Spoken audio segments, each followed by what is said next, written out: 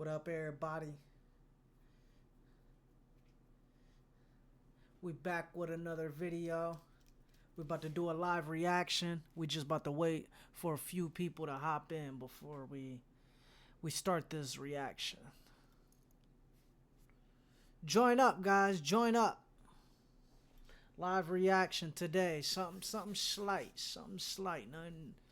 Nothing crazy going on today. We're just about to do a quick reaction to a Jubilee debate. So just join up. And I put a link in the description for my Discord. So if anybody wants to join my Discord, go ahead, join up. We'll have a conversation if you agree, disagree with these people, or even my opinion. You know what I'm saying? Agree or disagree. Just join up.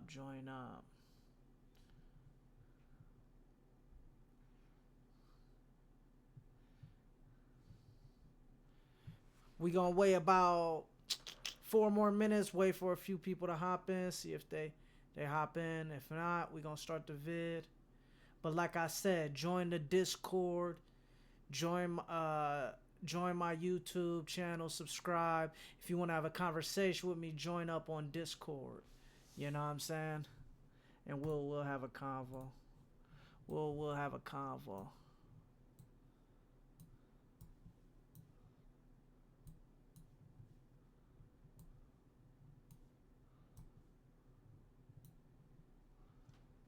Join up, guys. Join up.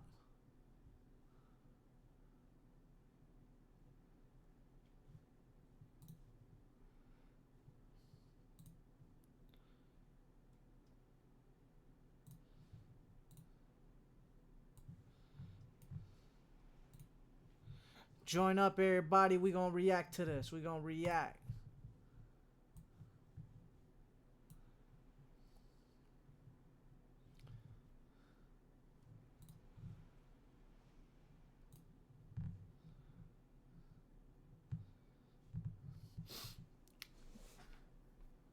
Couple more minutes, then we gonna start this vid. This vid is about trans conservatives versus trans liberals. Heated Jubilee debate, guys. Heated Jubilee debate.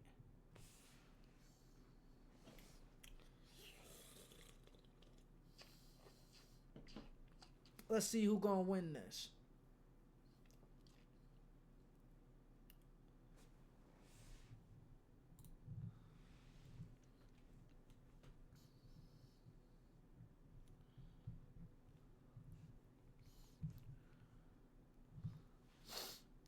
Join up, guys. If you guys want to have a convo with me, go ahead, join the Discord. If you agree with my opinions, if you disagree with my opinions, just have a convo, you know what I'm saying? We're going to be starting the video in about 1 minute. We're going to start the video and see who's going to win this debate. Trans conservatives versus trans liberals. Comment down below if you guys will let your child transition, or what age would you want them to transition. I personally think they should at least wait till like 25. That's when the prefrontal cortex is fully developed, so your brain is not fully developed until you're 25. So go ahead and comment down below how you view things, and let me know.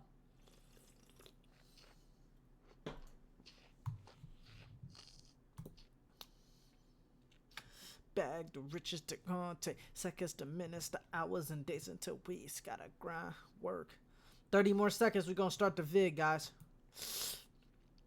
Gotta buy, cook it, cut it, sell it, and flip it. And fly every day from the corner to the avenue. Nah, sleep next week, man. I got yo and crack the move. Being a non-binary person that sometimes has the choice to either going to a men's restroom looking like this. So you can look at me looking like this. It's just interesting that. So being a non-binary person that sometimes has the choice to either going to a men's restroom looking like this. So you can look at me. No, looking it's, like it's this. just interesting that I thought this was a trans debate. That's Oh, what I don't thought. even. Non-binary people. Non-binary I people will fall say under the that. trans I will umbrella. say that. So I don't know. Maybe you could educate yourself a little bit on that. I think I and could maybe educate then you would figure I think I out, could educate you know, what right? reality is. Oh, and what whoa.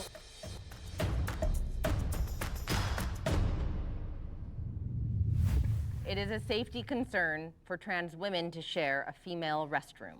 Can the agreeers please step forward? Heck shit. Before we begin this episode, we know there's been a lot of anticipation for this topic. That is why we're excited to release an extended cut of this episode featuring all prompts on our Middle Ground Patreon. This is something that you guys have been asking us about Of for years, course and we're it excited to is. finally be able to do it. And when you support our Patreon, you help us to make Middle Ground a show that truly provokes understanding and creates human connection. And that is the point of Middle Ground. So now let's get into the video. Oh. It depends. Yes. So I think that to start it off though too is it's not necessarily saying that trans women, it all comes down to self-ID.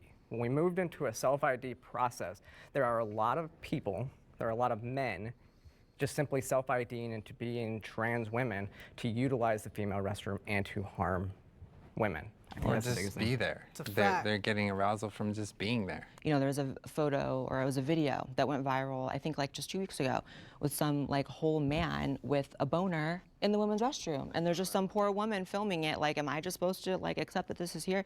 So I think there's levels to it. I think that trans women who are actually trans, you know, we're talking gender dysphoria, transitions, making the effort, you know, probably once you reach a certain point in your transition where you can actually assimilate within that space and not cause a disruptance, that would probably be the ideal time to start doing that, right? Whereas, you know, a cross-dresser who is emboldened to, in this current climate, say that they're trans because now anything is trans if you say so, that person should probably stay absolutely out of women's restrooms because you're there to get your rocks off and the women are there to take a poop and a pee. So it's not the same. And you know, I really empathize with women who, you know, have an issue with it. And I can probably hear some women commenting, well, how do I know the difference between a fetishist and a real trans person? It's hard. It's hard. However, that's the only nuance that I know to give to it, which is there's different reasons people are trans, and some people really are trans because they're horny, and some people are trans because they really felt that way from, you know, a young age or whatever. W. See, Blair, I agree to an man. extent. She's stating Like facts. when you go to transition, and this is a fairly universal experience. You know, once you get to a certain point of passing, that's about the time that you would start going into the other bathroom as opposed to not make the same sex uncomfortable.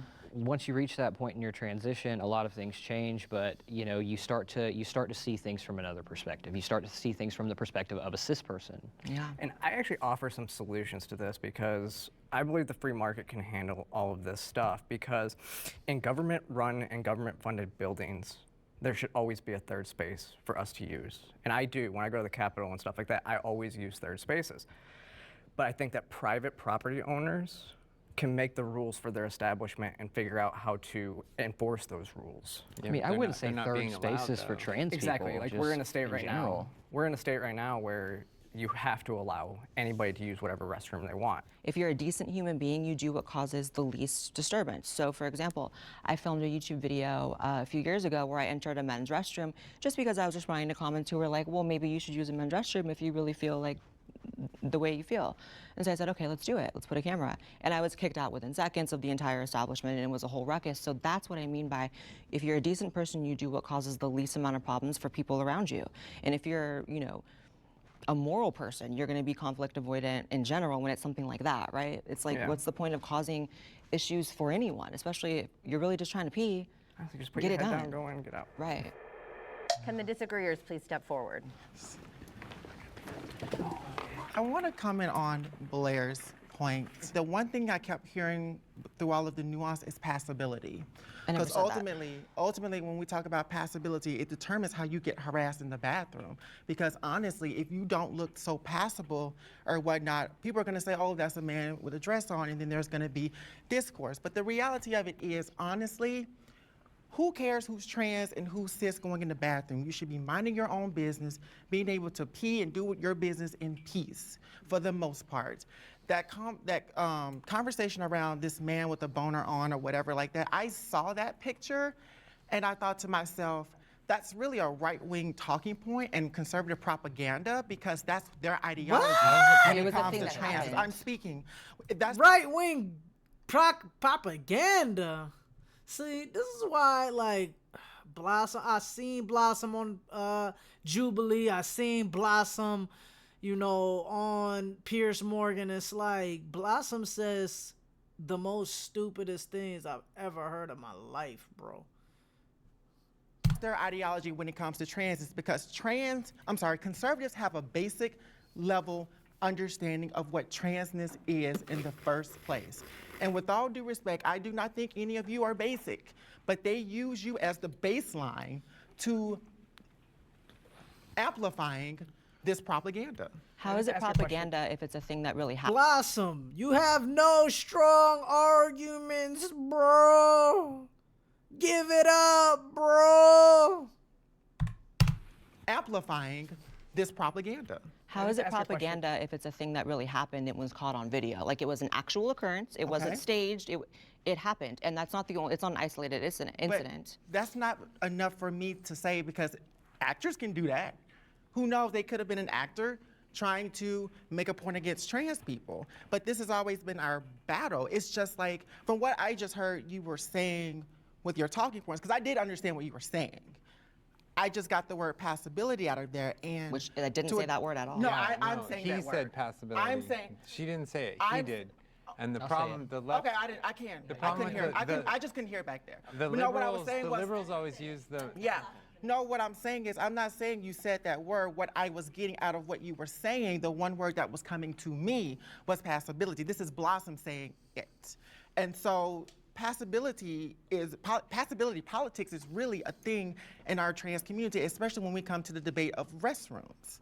Well, you can say it's politics, but actually it's just real life, right? It's just about Correct. where I you're agree. able to assimilate to and where you're not. And I think one of the biggest problems in the trans community is the community by and large has seemed to reject assimilation and seems hell-bent on... That's not true. I think it's absolutely true, which is you see people talking about how you don't need to work on your transition at all to enter women's restrooms. And I think that that is so selfish. That drives so me it's crazy. so disregarding of women who may or may not feel But uncomfortable. the trans woman experience is not monolithic. So who are we I to never said it police transness? Why are we policing other people's transness I'm and just how they listening to show women. up? We have to But why protect are women. Why are y'all policing though? That's what I don't understand. But you're using I- words it's that we're not policing. using. It's not policing. We're listening is to policing. women, and if you have 50%, we won't say 50%, but if you have a large chunk of the population of women saying that they are uncomfortable with a certain thing, a good person leans in and listens. So why they are don't you just not listening reject to it. other trans women, Blair? I think do that's- all day. I am okay, right so, now. But you didn't, and I'm not trying to be combative or whatever like that. I'm just trying to figure out,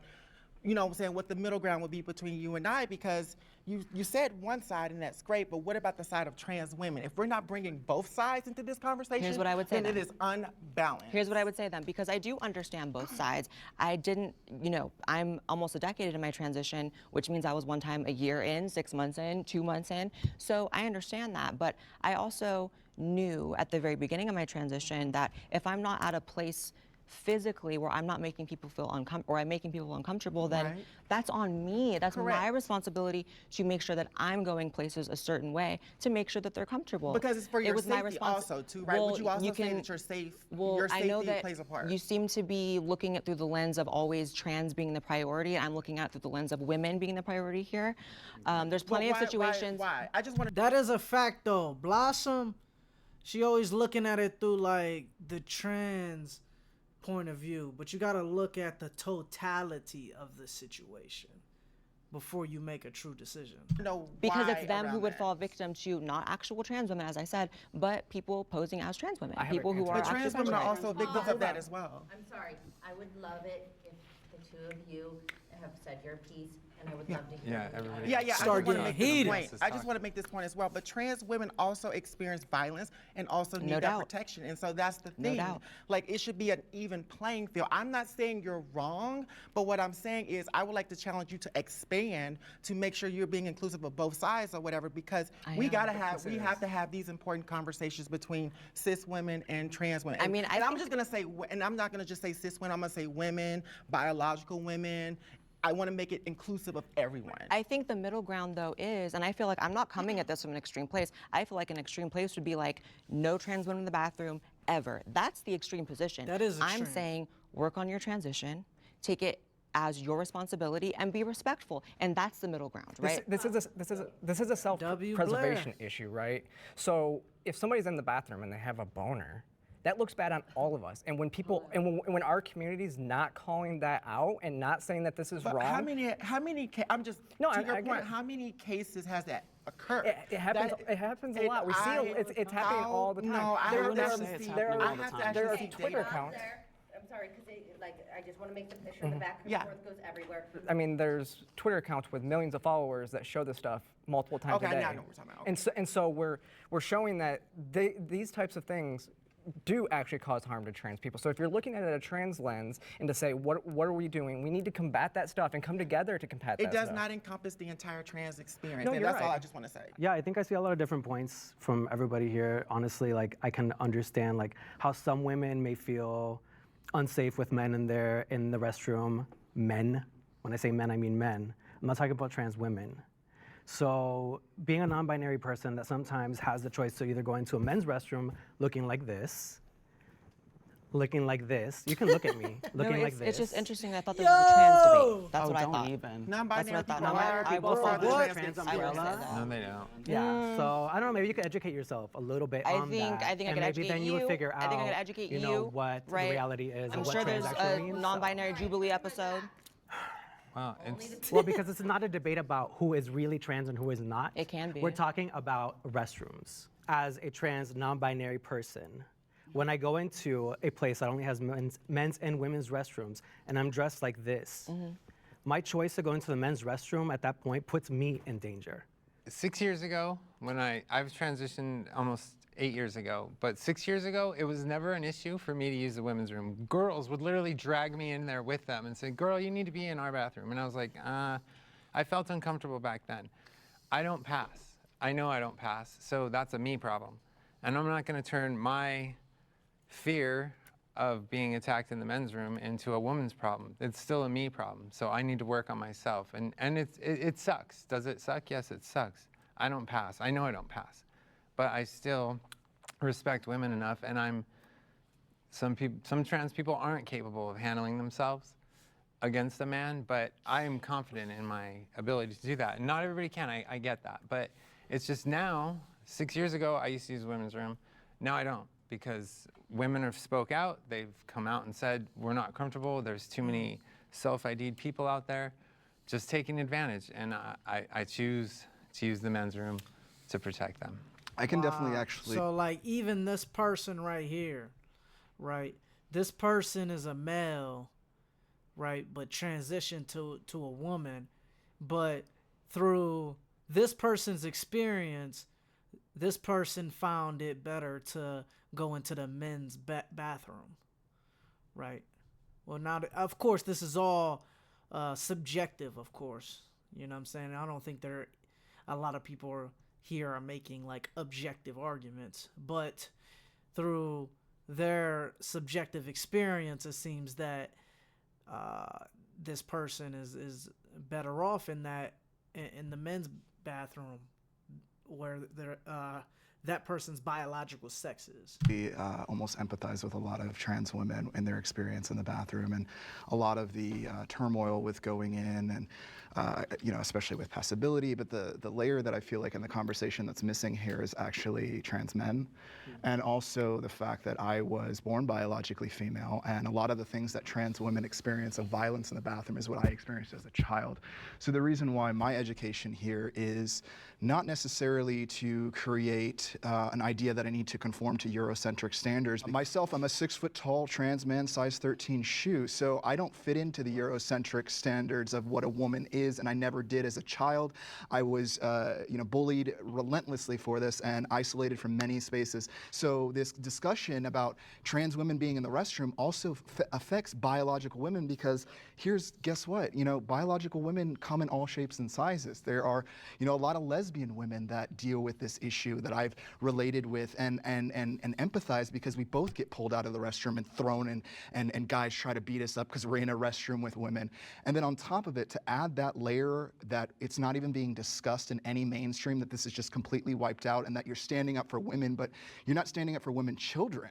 You're not standing up for biological females that are children. You're only standing up for what really affects you. And it's kind of sad that the idea that passability is you need to work on your transition. A lot of folks, especially in our community, have no access to finances, resources, jobs, to even get their foot in the door, to get access to hormones. So you're putting all of these barriers just for them to be able to go to the restroom, which is a natural thing that we all have to do. So what do I need to do? Piss outside? Because that's how I was treated my entire childhood.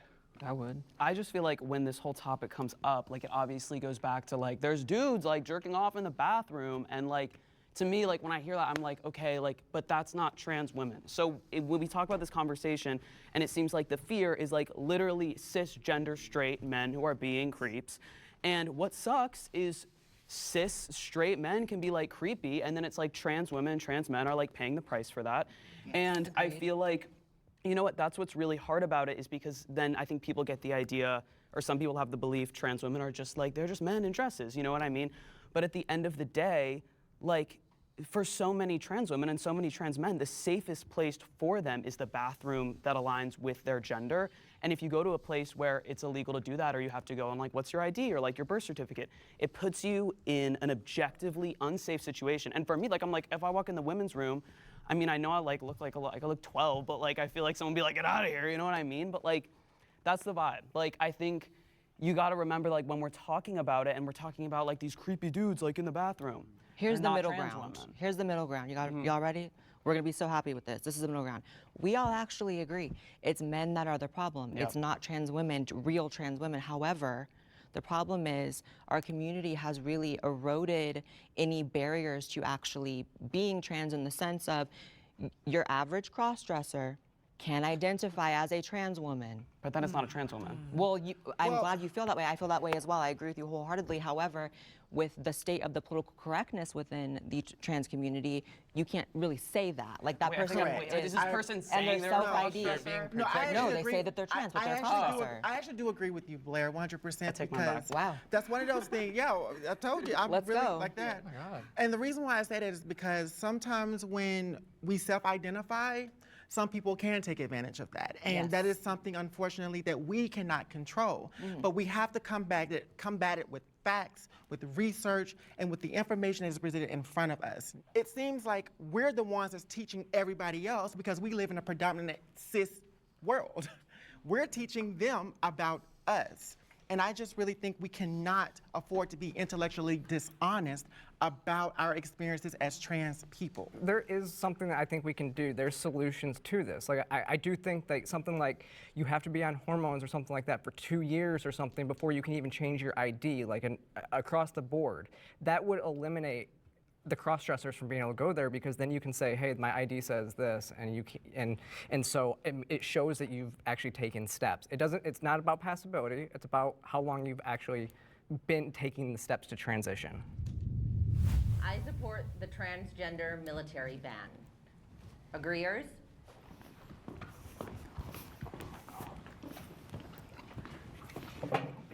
I think that oftentimes when you talk about trans people in the military, people forget that most places, if we're talking about feet on the ground and really going into war zones, are really dangerous for trans people. And so it's really an extra risk. You're talking about the culture that exists over there. Yeah, the Middle East, you know, it's like that's not exactly trans-friendly. It's actually the opposite. The medications that we take sometimes put us in conflict with being able to actually be combat ready. But there is some nuance here, obviously. Like if there was a trans cook or a trans medic, I'm not exactly going to be upset. But for the most part, when it comes to combat. I hate supporting, like what you just said, I hate supporting it because it goes to the narrative of the should athletes compete in sports, you know, but trans athletes? Yeah, the drugs we take do weaken us, you know, so we're not, like you just said, combat ready, but we're also not as physically strong as the guy counterparts standing right next to us. And I will say, like, as a person with HIV, I was diagnosed at 18. I couldn't go into the military, like, because I couldn't get Biktarvy overseas, you know? Yeah, so I will say, as probably the only person that served in the military on this entire panel. You should have spoke first. It's okay. The thing about it is, I think that there is a lot of nuance in this. I actually have friends that are currently serving in the military. I think there was a lot of misrepresentation of what the trans ban actually did. You know, you have soldiers, if you have surgeries, they go on profile, which means they can't actually do their job. They can't do PT. If you have bottom surgery, it takes a year. And so as a leader, that person's filling a position of a job of somebody that should be doing it. I don't mind somebody who is actually on hormones going there, because there's a lot of people, I mean, people take PTSD medications overseas. They actually take 6 months of medication with them. So a full-out ban I don't necessarily support, because I think that everybody in the military, as long as you can do your job, you can go in there and nobody really cares. But it is those times when, if you can't perform your job, that becomes an issue.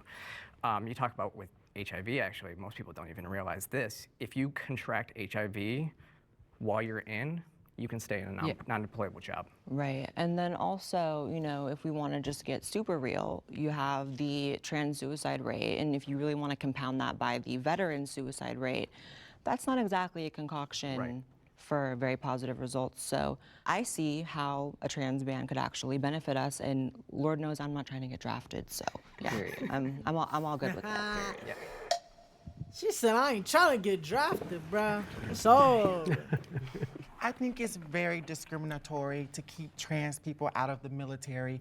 We pay our bills here, we pay our taxes here, we are Americans, we deserve to serve this country as well. However, you all did raise some great points about the concern and safety of trans people. And I do agree that something does need to be done about that to protect us. Who's protecting us in the military? Who is?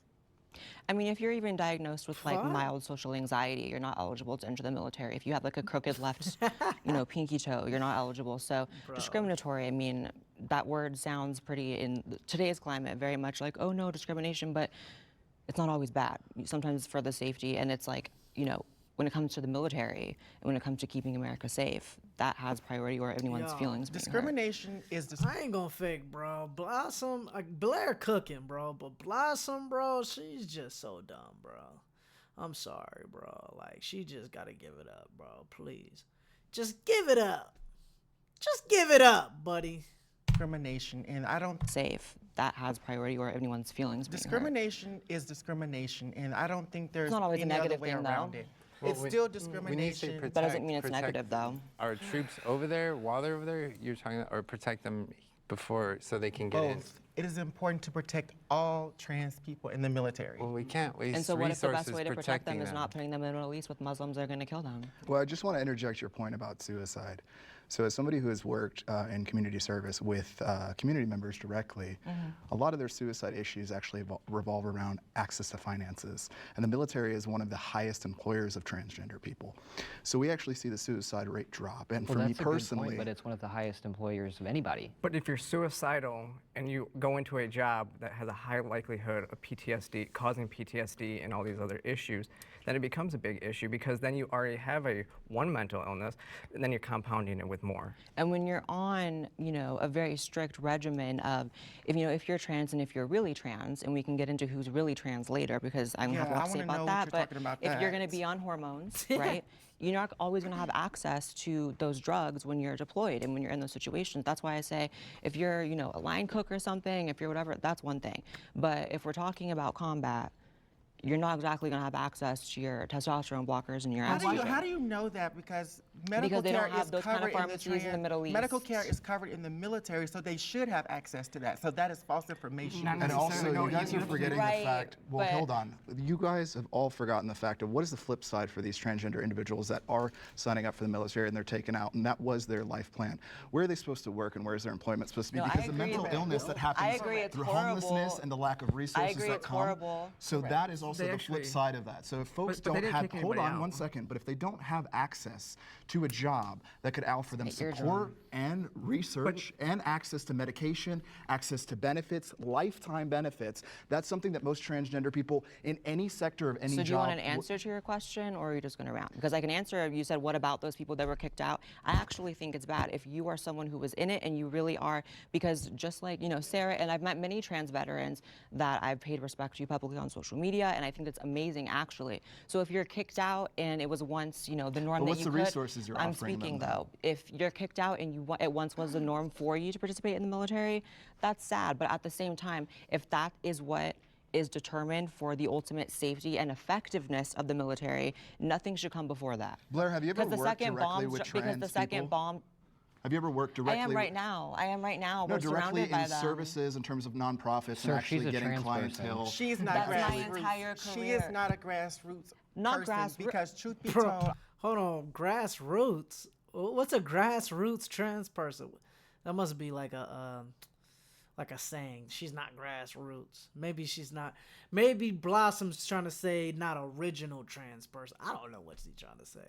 Blossom just be like blowing me, bro. And I'm about to be cooking her all this episode, bro, because she comes on here and says the most wildest things, bro.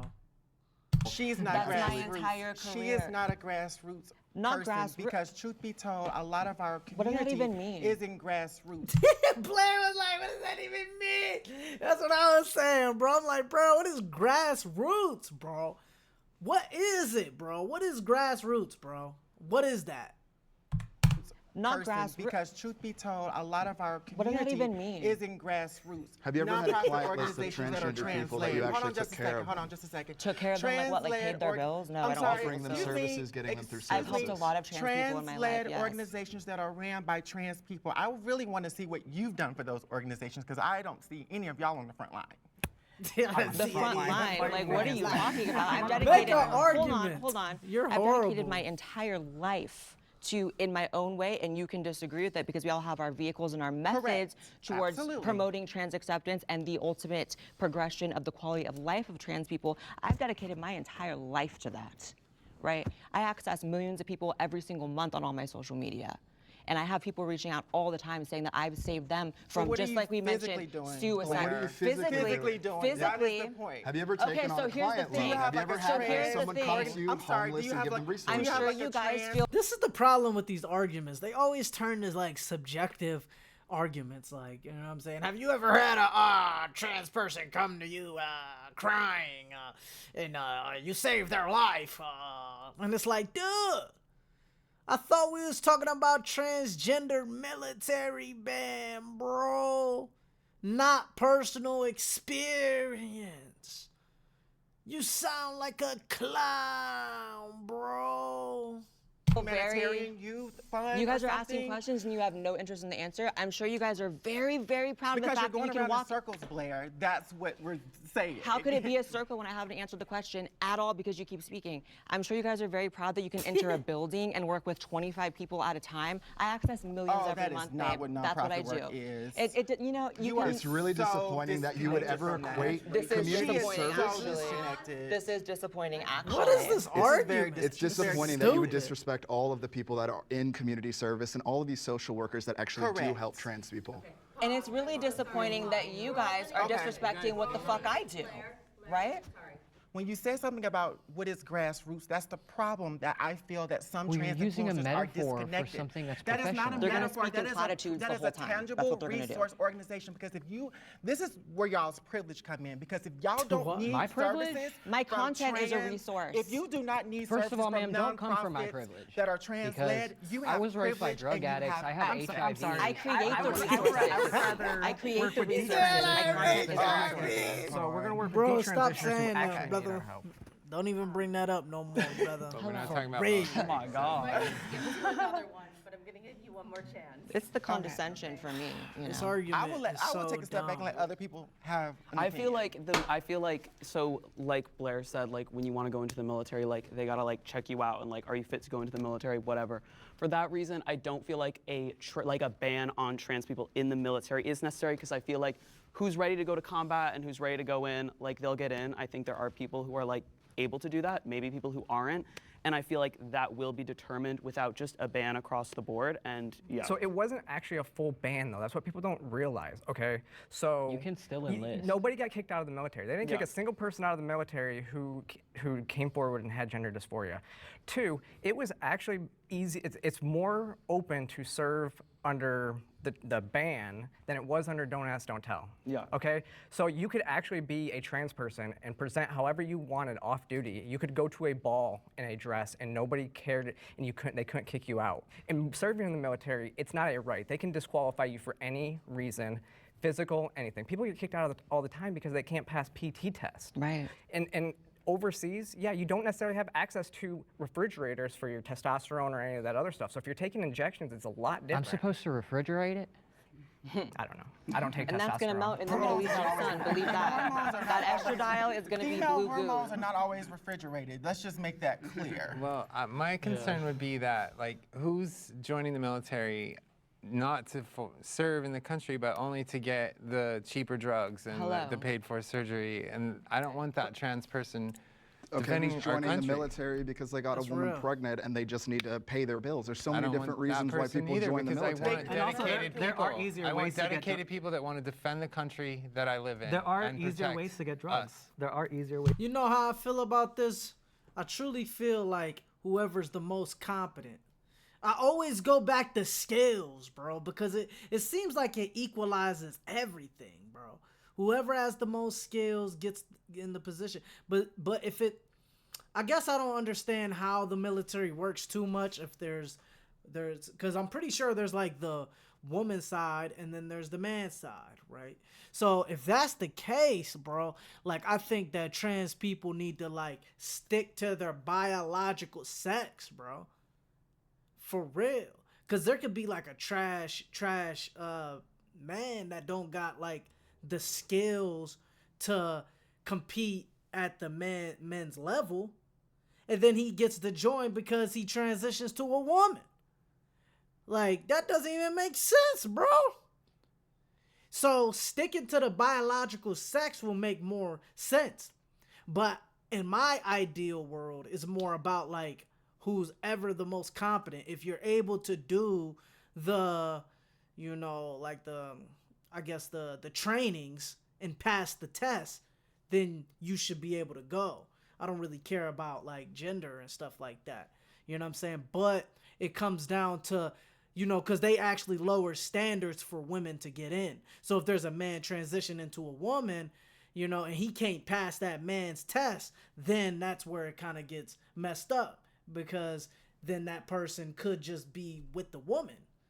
You know what I'm saying? And it's kind of like what? Like, that's why it doesn't make sense. It's kind of confusing because now we're just keep using these words interchangeably. Like, it doesn't make sense. To get drugs and to join the military, that's a big commitment to Let's get just drugs. put it this way. There are far less debilitating or things that will education. disqualify you from access to the military than trans. And if you want to put it on a scale, trans is one of those things that for a lot of people is quite debilitating, whether it's mentally, physically, whatever. If you have, you know, social anxiety, if you have depression, any of these things that are less mentally taxing than gender dysphoria, all those things, then why is it that we should have like a go around because we're trans? I go with what the generals say. I go with what the people at the top say. This is what is the most effective way to have our military. Just not General Milley. I just really hope that the people at the No, top not that you're him. You know what I mean? just It's really levels hope to the that people- too. I just really hope that the people at the top that you're referring to aren't transphobic, because let's be clear of the isms that are in the military. Man, we live that in a lot of America. us face. People are allowed Excuse me, to I'm be. speaking. Do not interrupt a black trans woman when she's speaking. You've Let's be interrupted very me clear. hella When it comes to times. hella Bro, she said, don't interrupt a black trans woman when you speak. Bro, you sound like a clown, bro. Let's be clear of the isms that are in the God. military. Man, we live that in a lot of America. us face. People are allowed Excuse me, to I'm be. speaking.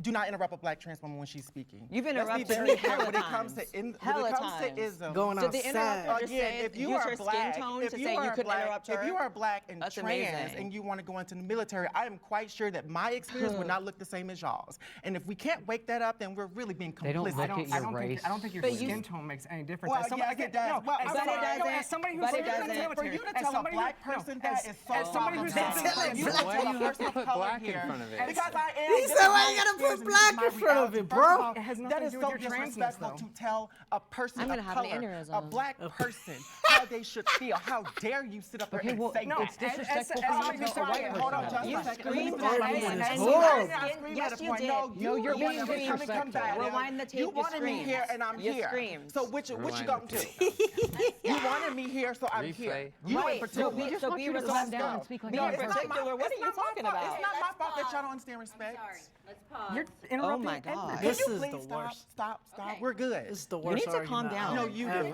heard in Oh my my life. God, someone get a Xanax for her. Keep it cute, girl. Keep it real cute.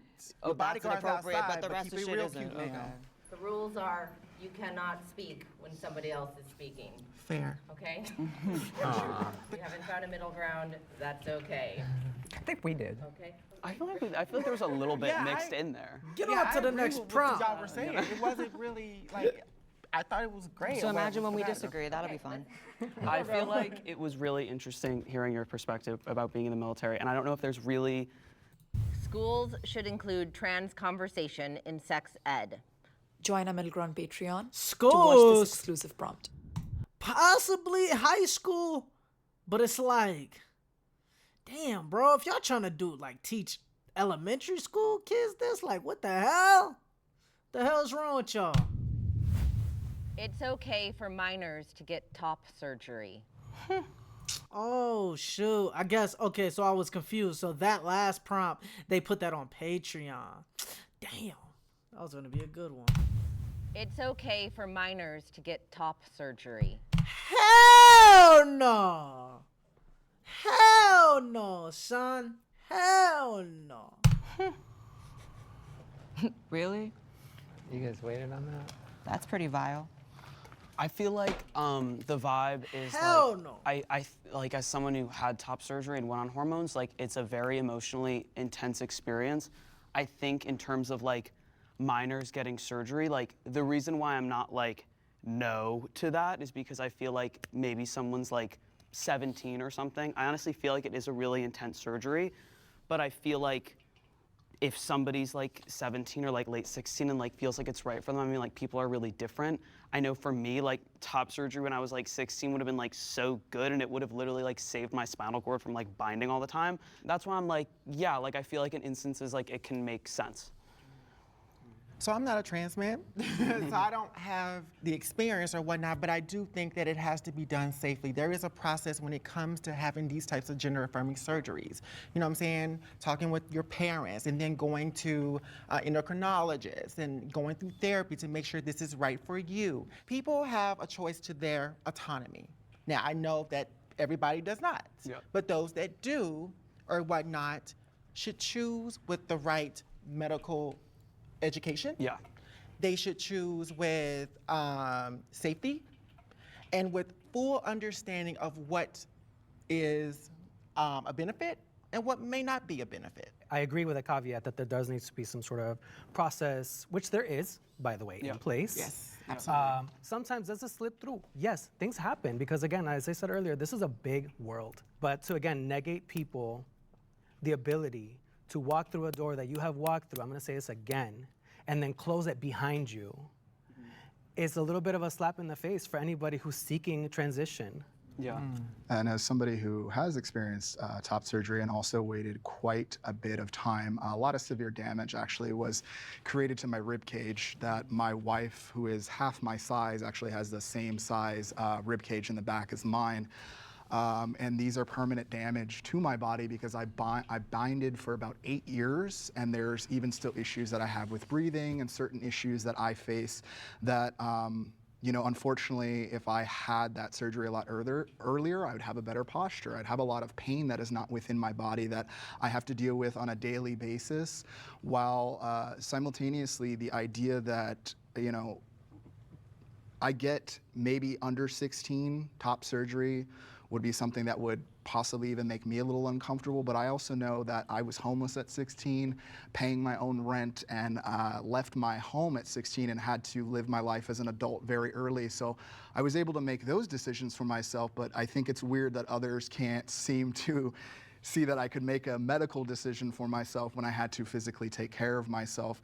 And I look at some of these younger kids, and there's a sense of jealousy there and excitement for them at the same time, because they now have access to memories and being in the space and being in a comfortable body that, you know, I had a lot of isolation growing up in my childhood because I didn't feel comfortable to present in a female space or a male space. I was isolated constantly from school, from the outside world, from my family. And my transition, my top surgery, has done nothing but take physical pain off my body, especially with as large chested as I was and having to bind for as many years as I did. I don't think any minor should be having life-altering elective surgery or life-altering elective medicalization, period. And so when I work on bills across the country that do ban this for minors, there's a couple things I point out. I point out that I don't think a 16-year-old female who wants breast implants should be able to get that either. When we look at what we allow minors to do, like surgeries and stuff like that, they're not life-saving. They're not, if you don't get it, you're not going to die. It's not like getting, like, having appendicitis and having to get your appendix removed or anything like that. It's elective. I think that's the key point here. This nigga a real nigga, bro. This nigga said it's elective. Bro, I fuck with this person right here, bro. I don't know this person's name, but this nigga a real nigga, bro. Your appendix removed or anything like that, it's elective. I think that's the key point here. Agreed. My thing about surgery, I'm actually vehemently against surgery, like all of it, top surgery, bottom surgery, all of it. Particularly because you need your genitals. Like, it's just that simple. Hello. You know, you have these people now who have non-functioning fake penises and vaginas that, you know, you've had issues like, for instance, Richie had, where like your urethra folds in half and then you can't pee no more. This is Are you against top surgery too? Yeah. Yeah. I mean, just surgery in general. I don't think that that's necessarily like you said. It's not like you have appendicitis. It's not like you've got like a bone spur. It's, you know, like you don't. What? I disagree with that because I was surgery, in physical pain, and the moment that I got that top surgery, the pain was well, alleviated. that means you needed a breast reduction, my friend. No, it's just No, binding, dude. that's Binding binding goes in crazy. general. It I mean, I causes binded some for 8 issues. years. I know, like it I sucks. know, but like if you just keep binding, like honestly, like my ribs are like, I'm like, ew, I hate my ribs. Like they're all like messed up. Is that an get your issue body with type. safety of binding though? I'm actually curious. Yeah, about like this. honestly, It's the but safety the of, thing is of too, how they like teach you to I bind? think it comes with like the size of your chest. So like I had a big chest, so like Same. I had it was the only way. You know what I mean? Same. And I did try and like bind like safely, and I did buy like reputable like binder brands, but it is a lot when you're doing it for a really long time I and used to wear it ultimately for like 3 days straight. I know, me too. Like, and that's what's like you're not Was- supposed to. Was but, your like, was your doctor telling you that that's not safe because you're not even supposed to wear yeah, it of 24 course. hours? My doctor's straight, old right? school. Yeah. Yeah. But you know, and I 6 did to have 8 to go hours is- through like for top surgery and testosterone. Like I had to go through like a really big process, and I think that's my thing is like instead of an age thing, I think there's like there should be a process. You should have to like live as that gender and be seeking care and be having like a therapist for long term and a psychiatrist for long term and an endocrinologist for long term, and like it's really like specific to the person, and I think would be like really rare anyway. But that's just my stance. That I agree with to an extent. This is definitely the prompt that I am the most passionate about because I think there are few things more vile, more irresponsible, more, dangerous than saying a child can consent to permanently removing a body part that serves an extremely important function.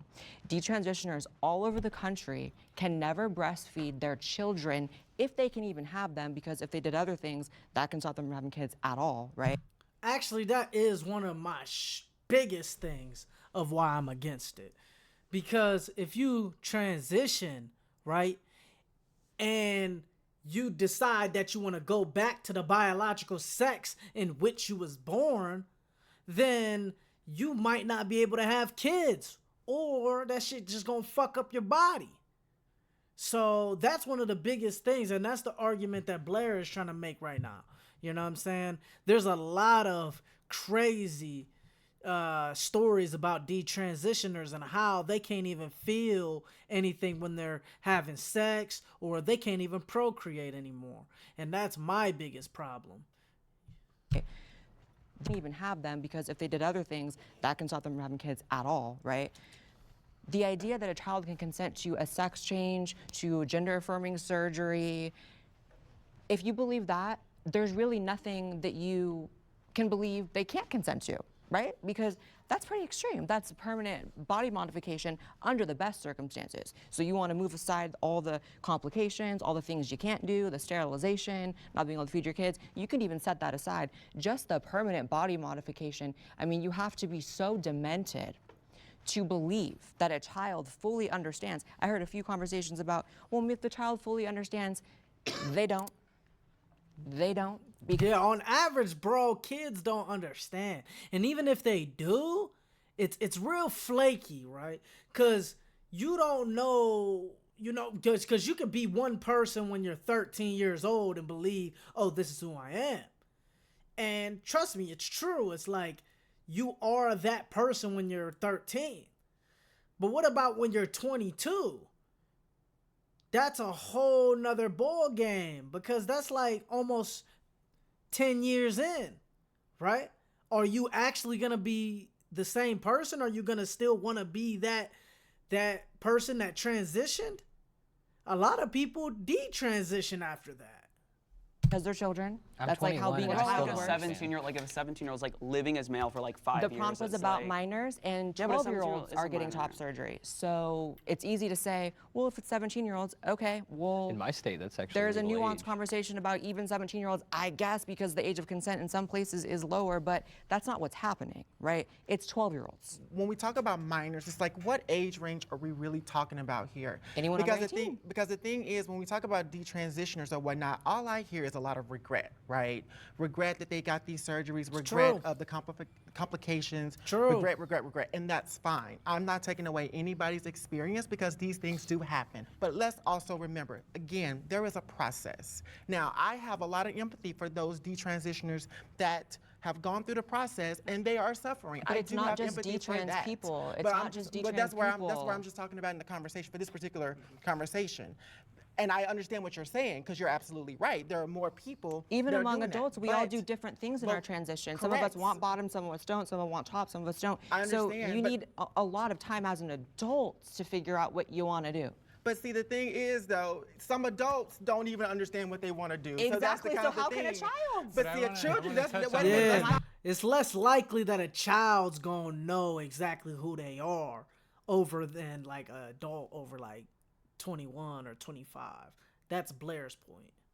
different Let's fucking not planet. underestimate the power of these kids today, okay? They are very much more educated because they have much more resources and access than we did Wow. coming up. So let's be So very they're clear about advanced that. and they can when we consent. talk Who about else says that? detransitioners, that has been the main topic here or whatnot, because we But want to it's bring not now. detransitioners in to the room, so there's a Great, we space. got your point. I would Thank like to you. open up to everybody else. To your point about the reason why I'm against it is because, like you said, the children need to go through the proper steps, the parents, the doctors. But in the state of California, if you, as a parent, tell your minor, no, you're not getting this, I'm not affirming your gender, I'm taking your kids away, and California is going to raise your kids for you. So Canada how's too. that? Canada too. That's not right. We also know that like all those safeguards that you're talking about, they're not happening. Yeah, that's They're what not I'm saying. happening at all. California will and we, take your and we kids. we know because there was a whistleblower out of St. Louis, and this isn't some conservative whistleblower. She was married to a trans man, and she considers herself queer. So she blew the whistle and said that they had an in-house doctor. If you couldn't find a affirming therapist to sign off on the form, they would pencil whip it. But do you believe that it should happen? Do you believe there should be a process when it comes to medical transition? No, We have to there's no stop- right so, process for yeah. kids to hack Oh, off no, their I was asking her, breasts. honey. I'm sorry. No, I was no. asking Well, her. I No. answered. Because I'm here in the room, so. No. Okay, thank you. I feel like personally, like if we're talking about They like a 12-year-old getting beef. top surgery, like to me that's just like medical ready to malpractice. throw hands. Because I know for me, like to get top surgery, like I can only get it at 18 because my insurance covered at 18. But I had to start that process like long before. Like even hormones was a long process. So I think there's like an area of literal like medical malpractice because no like kid at that age should be getting that in my opinion because you do not know. But I do think there are instances where like a 16 or 17-year-old like could get it, and I don't know if that means like banning like below 16 or like whatever, but So in the UK, it was the I can't remember what it was. It's the reason why they're shutting down the Tavistock clinic in the UK though, is because they found that when you start a child on hormone or on puberty blockers then hormones, it's basically a foregone conclusion that they're going to end up having surgery. It puts them on a path to it's a sunk cost fallacy. I just, again, I don't understand this obsession with other people's children. It's about caring about kids. I'm talking. Oh my God. It's obsession. Get it together. I have it together. Yo, Blair did. The obsession. Hey, I ain't The gonna fake. obsession. I ain't gonna fake though. I'll give bro that one. Blair did cut bro off. I'll give him that. With the conservatives about other people's kids. If it is your child, it is your choice what you do with your kid. Just to talk about someone who's at 16. Bro, no. Do you want your kids to do like drink alcohol when they 12? Smoke cigarettes when they 12? So why would you want a kid to transition, bro? That don't even. We might as well just open up the rules for every child to be able to do everything. Might as well be able to smoke weed, drink, drive. Why not? Why not, bro? Through your framework. Why not, buddy? Doesn't even make sense, bro. And the level of consent in the state of California, from my understanding, someone who's 16 can also drop out of high school, which would severely affect their life. And they have access to that decision if they want to, because say they want to get into the job market or whatever their reason is. But they have that option to make that choice at 16. I will agree with you that someone at 12, I'd be uncomfortable with somebody at 12 years old getting surgery. Why though? I don't understand. These is like, I don't know. We already have it arbitrary. Like the age 18 is like, it's just an arbitrary number to me, right? Like why? It feels like the only reason why people think that 18-year-olds are actually grown is because they're out of school. But even with that framework, that's just a social construction. Why don't we wait till they 21 or till I think 25? Because at least the prefrontal cortex is actually fully developed. So a piece of your brain is called the prefrontal cortex, and that helps you make decisions. So by the time you're 25, that's when the prefrontal cortex is truly fully developed. So why don't we wait until at least 25? 18 is an arbitrary number. It's just a socially constructed number. That's why I don't understand it. Completely, because there's still a lot of the world for them to learn about themselves, how to navigate it, et cetera, et cetera. But for us to have access to be able to drop out of high school if we wanted to, and make such a life-changing decision that could affect, you economically, socially, so many different ways. But then to say, you know what, you're not old enough to make this decision, for me, again, as somebody who was 16 and was in such a religious family and all the restrictions that I had, if I didn't have access to those things, I don't know if I would be here. And I've learned a lot through my transition and through my access. And I even grew up in the wild, wild west where everything was still on YouTube and we didn't really even have medical providers really even giving us guidance, and especially trans men. So I find it rather uncomfortable that we're able to make a 16-year-old be able to make that type of decision. An 18-year-old is allowed to go into service, but for some reason we can't give that same access to a kid to have that consciousness. Because I can tell you at 16, I knew who I was. I'm not at 12, not at 14, but 16, there's a certain level of consciousness and experience that you've experienced in society that you understand the pocket you fit in. Okay, so I will give him, he's making a decent argument.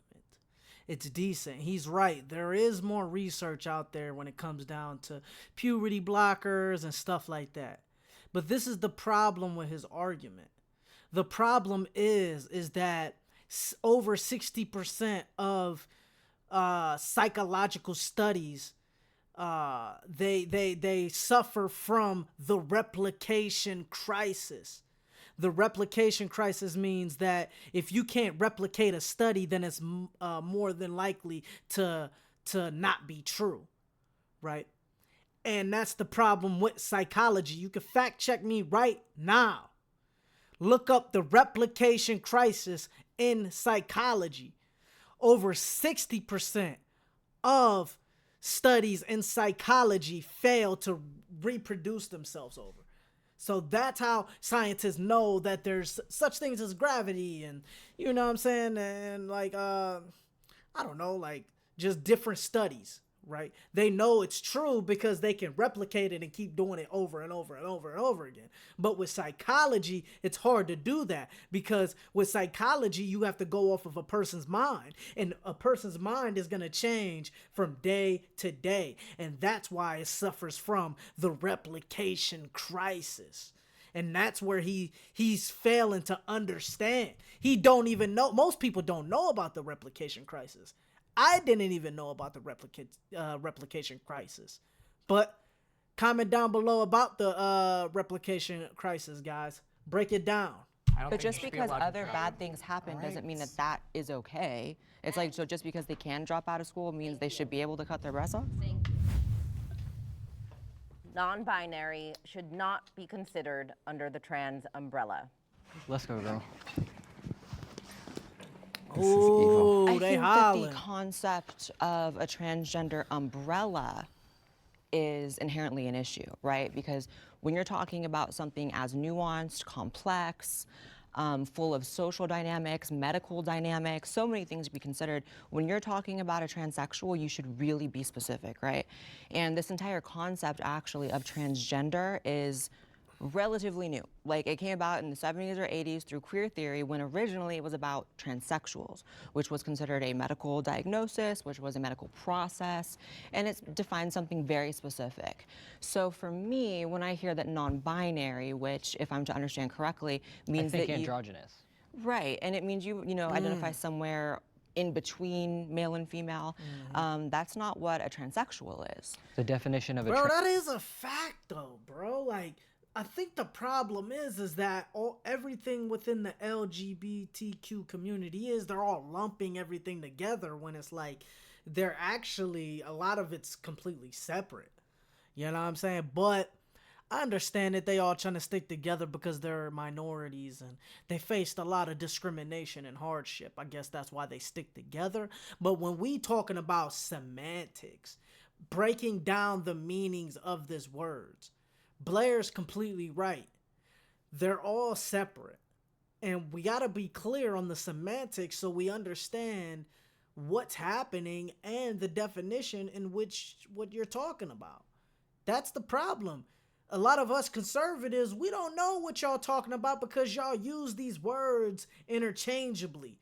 Y'all equivocate with words, and I'm pretty sure that's a logical fallacy. Yeah, it's like equivocation. You know what I'm saying? So we got to be very clear when we're talking about the LGBTQ community because all of them are not the same. They're different. But I respect that they're sticking together, right? But just be clear on the semantics so we don't get confused. Between male and female, that's not what a transsexual is. The definition of a trans person is somebody whose body has been altered or somebody who identifies as a different gender whose body has been altered via hormones or surgery. And there's two genders, so if you want to say, you identify as a different gender, it has to be one of those two, That's which the would big make you a argument, transsexual if you're actually trans. I think it makes about as much sense as saying that bisexual is under the straight umbrella. It's like, no, that's a separate thing. And I think there's beauty in being separate things. There's beauty in having your own lanes.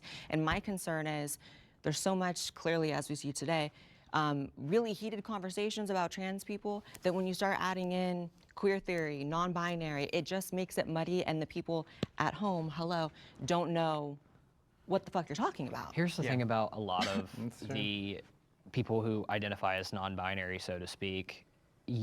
When they do so, they typically don't medically transition. Right. And when you do so, at that point, it's a costume.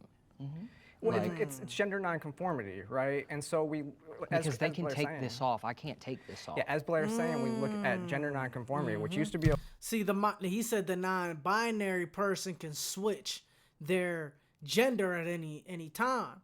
First, that person's a man, then that person's a woman.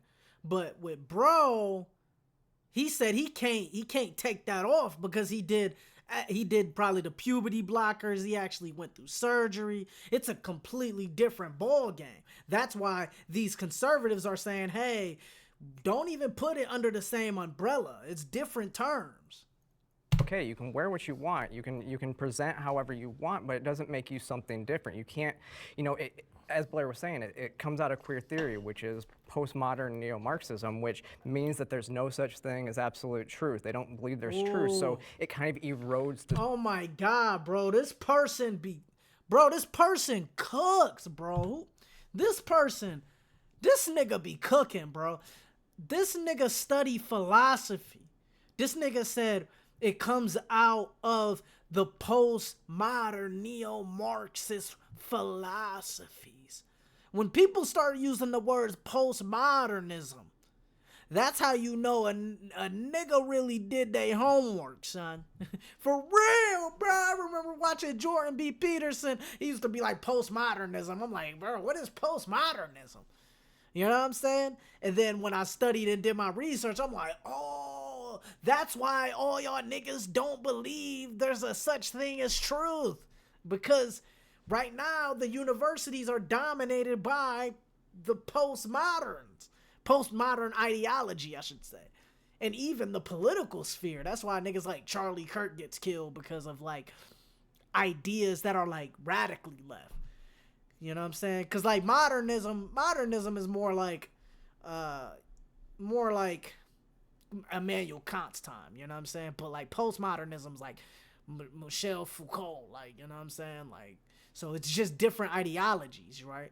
Means that there's no such thing as absolute theory, which is postmodern neo-Marxism, which means that there's no such thing as absolute truth. They don't believe there's truth, so it kind of erodes the structure of society. And it's actually really regressive in a lot of ways, because you end up getting it to where it's literally based off of stereotypes, which we've tried to for so long get rid of. Like, it's okay to be gender nonconforming male or gender nonconforming female, and that didn't make you non-binary. It didn't make you trans. It comes down like bro said.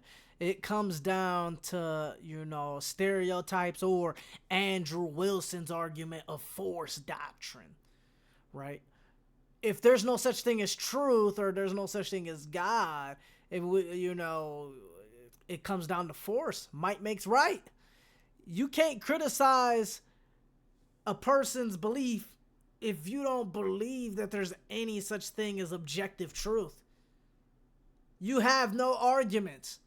It's just going to come down to whoever has the most might makes right. And that's what I was trying to do within the Eli debate, and he didn't. I don't think the nigga actually understood what I was trying to say. That's why I put him in that position of like, talked about Adolf Hitler. Without truth, how can you criticize Adolf Hitler? If everything is subjective, if morals are subjective and everything is personal, how are you actually going to be able to structure an argument that's independent of human subjectivity? You can't, nigga. You can't. Meet a trans person, right? Like a trans woman, a trans man, there is an inherent camaraderie. Like when you mentioned, I can't take this off, part of me almost got a little bit emotional. I know it's hard to believe people think I have emotions, but I really do. And because I saw you in that moment, and I said, you know what, we are similar in that way. We may be different in other ways. We don't know each other very well, but we have that.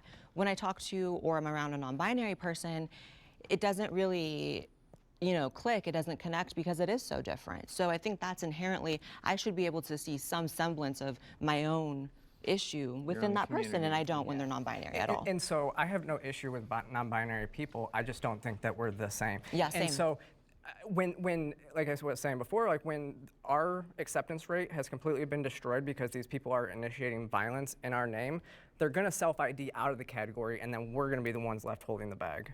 Yeah, it's just, if sex is a binary and you're neither of those, then you're not trans. Hello. I think it would be really hard for a cis person to truly imagine what it's like to be trans and what it's like to live with that and be born that way. And I'm not non-binary, and so I really cannot picture what it would, because I'm a binary trans person. I can't imagine what it's like to be in between that. But just like how the cis person can't really truly understand that, it doesn't mean that it's not a thing and it's not real. And I really believe that we have like 85 years like on this earth, and like so many people spend so much time being like sad and uncomfortable in their bodies. And if we were just all comfortable, like if somebody like wants to go by a name and like dress a certain way and they are saying, this makes me so comfortable, this is what makes me happy, there is no reason they shouldn't do that. And my God, there is no reason why we should say, well, you're not a part of this, because like this is us and like this is whatever. Because literally like we could all sit here and agree that like non-binary people are like not a part of the trans community or whatever, which is not my opinion. But we could like, that doesn't like change anything. Like there's a whole, we have a vast community. What is this and nigga I believe arguing? that non-binary people are a part of the community because I have so many shared experiences with so many non-binary people I know. We have very similar experiences in growing up. It's like this nigga agreed and disagreed at the same time. What the fuck? With dysphoria, with transition, with anything, and nobody has to do anything. Nobody has to transition in a way they don't want to transition. And yeah, like let's be a happy family. My God, let's all just be happy. What the fuck? That's my vibe. What the fuck is this nigga talking about? That's how you know a nigga don't got no arguments. When, hey man, you might as well just be happy family, nigga. You might as well just be happy family, nigga. You know what I'm saying? We should all love each other. That's how you know a nigga got no arguments, bro. None. Yeah, or fight the fight together. Yeah, because like let's do honestly, it. Like Yeah, Look, different let's fights, do though. it, That's the thing. guys. no, we I don't know don't. if it We're is. weakening. Yeah, let's do it. It's new Scooby-Doo, guys. Just do it together. Shut the fuck up, nigga. Make an argument. Borders by creating this divide within our own community. This is so silly. Look, I actually understand like a lot of the points that are being made here from the conservative side because I grew up conservative. I voted when I was 18. I voted for fucking Bush. Y'all. Damn, girl. Like I was conservative. Okay. So we're the same age. So it was not until my later age that I kind of decided, like, you know what? Let me be more open to different types of communication, different types of people. I actually talked so much shit about pronouns. Like they, them, all this. I was like, what is this trash? When it first started really coming out, I did not agree with it. I was like, what is this? This is stupid. How can you be a them? Blah, blah, blah, blah. You were and I did the correct. whole thing, the grammatically. You're interrupting. But you were correct. I'm just saying. I'm agreeing with They you. asked you not That to nigga comment in the comments, so if you could stop. She said, oh yeah, you was correct, nigga. Nah, to be fair, bro. To be fair to bro, she is interrupted, though. She is interrupted, to be fair. That'd be great. Well, Thank whatever. you. So anyway, as I was saying, you know, so I changed my mind because I got to spend time around other people who were non-binary, who were non-conforming, and I got to speak with them and I got to experience their life and their experiences. And then I realized myself, I'm like, shit, maybe this is what I've been experiencing my whole life, only because I was exposed to it. If I would have never been exposed to it, I would have never known that this could have been my experience. And I would have lived the rest of my life as a different person, as somebody who I'm not. And it's funny that you keep talking, that some people keep talking about, oh, you need to go through HRT, you need to have surgeries in order to be trans. That is all garbage. Another thing I never said is just so crazy. Again, I did. You're still interrupting me while He I'm said talking. I did. This is the second You're time now. addressing me. This And is you- the second time now. Yo! If you can claim someone said something they didn't say, they should be able to correct you in the moment. Do you feel good now that you said what you needed to say? I feel Damn, fine. this is Wonderful. I'm heated, sitting pretty. bro. I'm fine. So, Nah, see, this is the crazy thing. Most conservatives don't know that, nigga, there is disagreements within the trans community, son. A lot of people just be lumping niggas together. Like, niggas lump all conservatives with that nigga Trump. They lump all trans niggas with each other. They lump all black people together. They be just lumping niggas together. But when you really do the philosophical analysis, you can see that there's differences between all communities. I mean, sometimes it's like the power that needs to hold me back. I mean, you're because appropriating a medical condition. That's what you're really doing. I exist. I am proof that non-binary people exist and that it is a thing. And because I'm sitting right here in front of all of you, I'm a real person. This is my experience, just as yours, just as yours is a trans experience, that as a trans woman, as a trans man, or as whatever. But I'm not here to belittle your experience or to tell you that you don't exist. And that's the difference between you and I, that you're trying to cancel you And when I say you, I'm talking about conservatives. And maybe it is you. You're part of the thing. You're part of the thing. Here's where I get to interject because there's a lot of things said about me. Stop addressing her and just talk to everybody. Okay. But what is your dysphoria? Well, there was some things. I'm going to let you. Okay. So another complete, I don't want to say the word lie, but I guess that's what it is about what I've said here, right? I never said you don't exist. So we can add that to the long list of things y'all have said I've said that I didn't. We know you exist. You're here. You're not fictitious, right?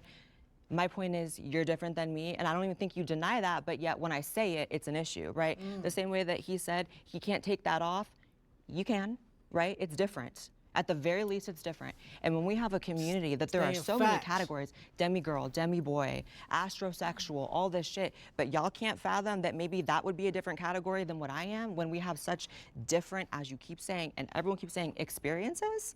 It doesn't make sense. A bisexual is different than a gay man. Can I Blair is cooking. ask you a question? I just actually want to ask you a question. What is your dysphoria, though? Because gender dysphoria, or sex dysphoria, as I would rather call it, is an uncomfortability between my secondary sex characteristics, not just what I wear on a daily basis, because masculinity and femininity doesn't have anything to do with being trans. But that's not true. But that is not true. You can have dysphoria without having to be dysphoric about your sex parts. But what is your you dysphoria? Can have dysphoria What is about your anything. dysphoria? Straight cis women have dysphoria about their breasts all the time. They get breast augmentation. It's not dysphoria. That doesn't mean that I'm not dysphoric about certain things.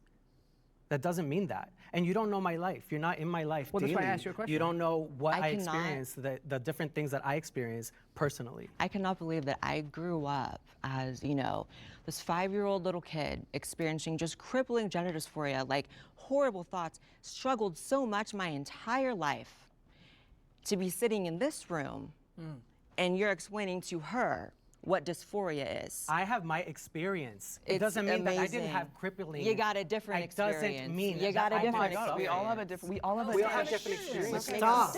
I know, but we're all both not.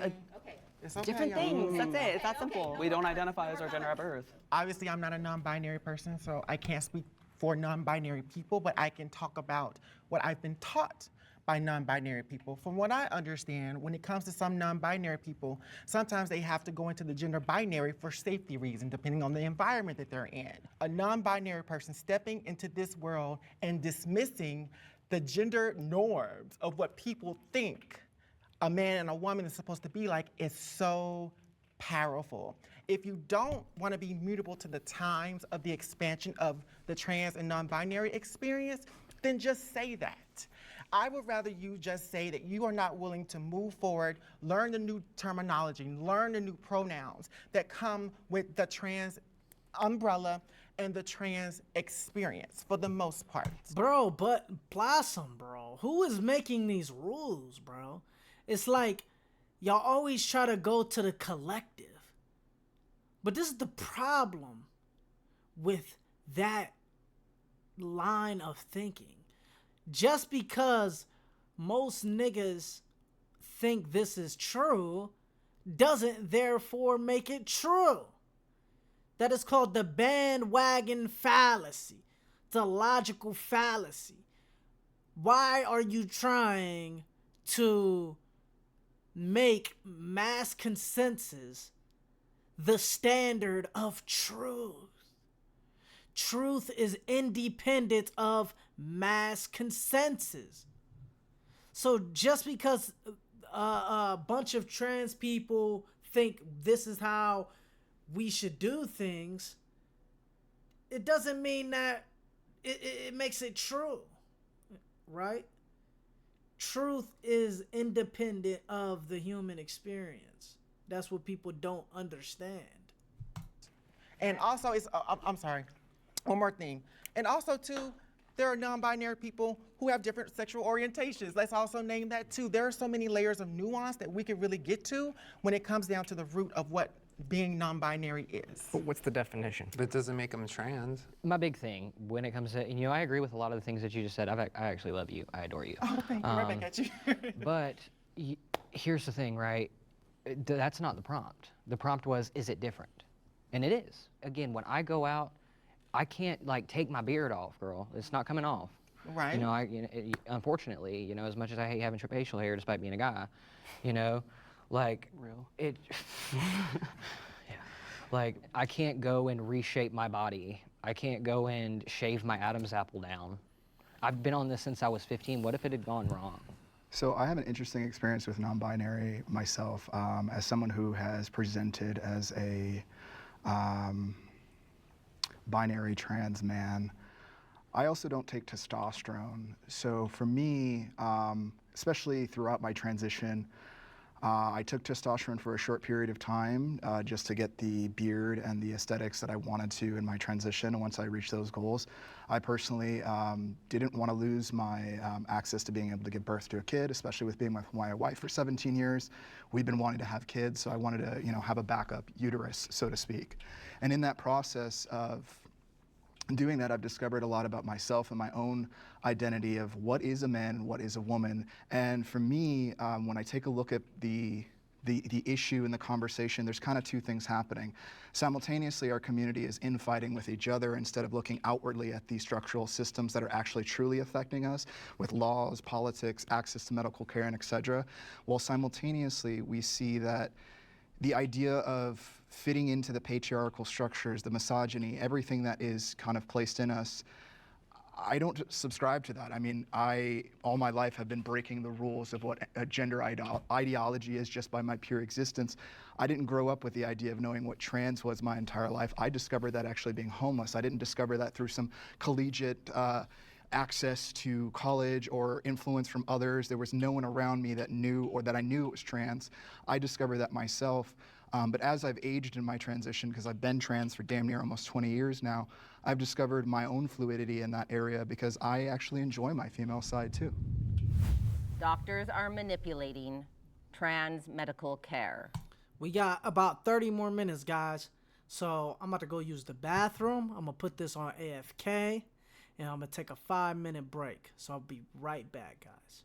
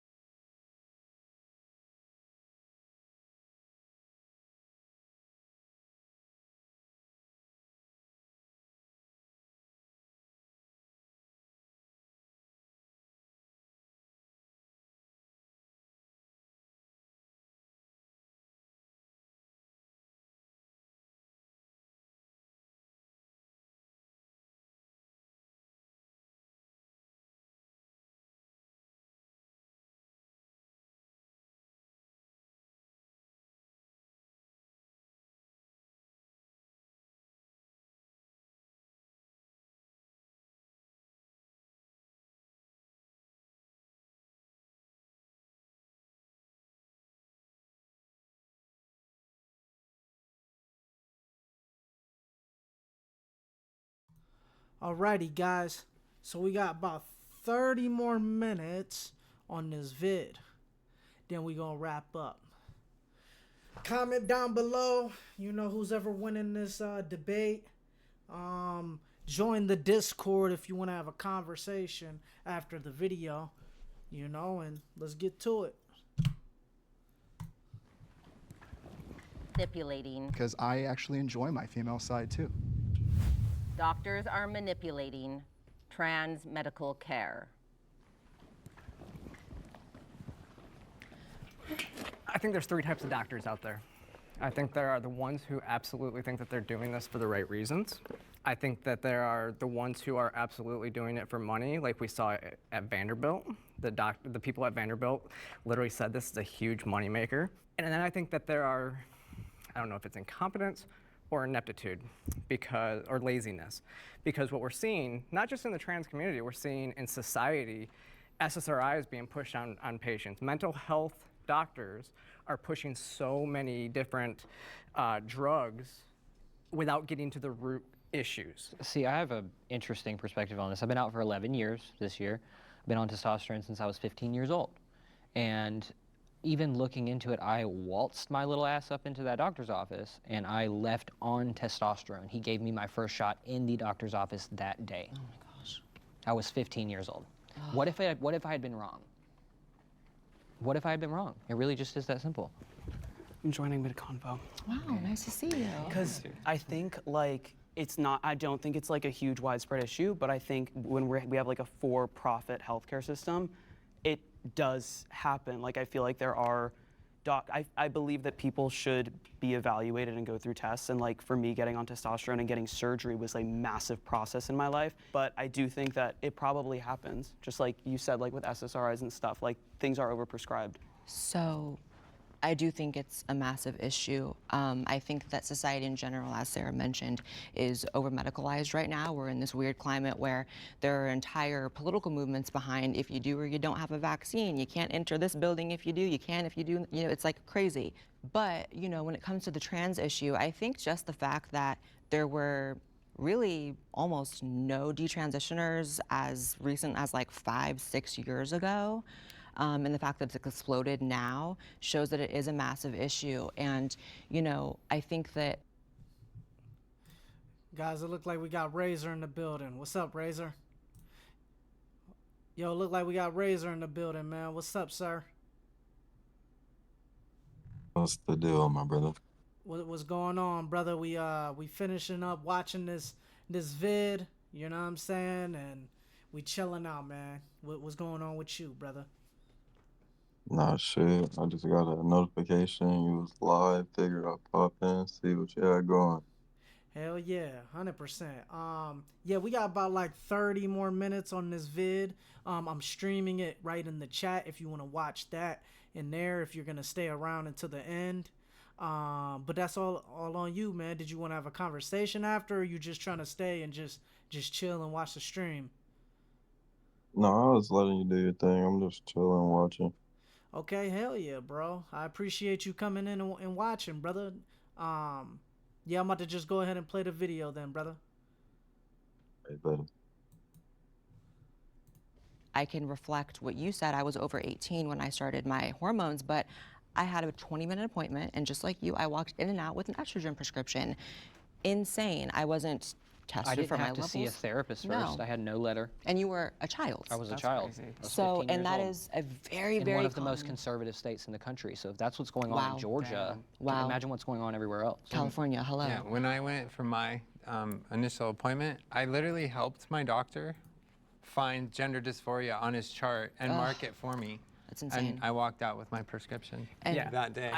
I mean, because I do a lot of work with the detrans community, and the problem is I actually don't really care too much about, you know, if you are an adult and you walk into a doctor's office and want estrogen and you walk out, I don't think that's an issue.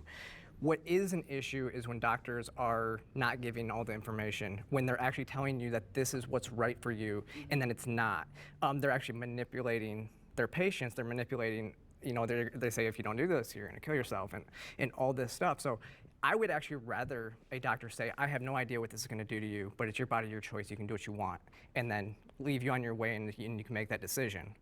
Right. I think they're not asking the patient why. Why do you feel this way? It's a simple question. Another thing I was never informed of, you know, when I started my hormone journey, and now it seems, you know, like common sense, but I was, you know, 20, so it's like, you know, even 20-year-olds can have oversights. No one told me I had to freeze my sperm. That's crazy. So Remember you I'm talked years about that. into estrogen.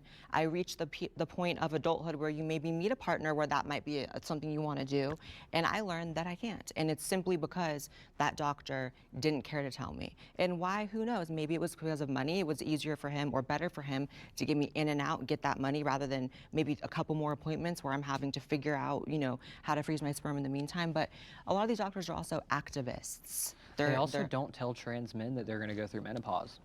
Right. There's a lot of issues with trans men. Buck Angel talks about that. He A almost lot of died. issues. Like, Yeah, he's he a almost friend died. of mine. Like, Yeah. yeah. Insane.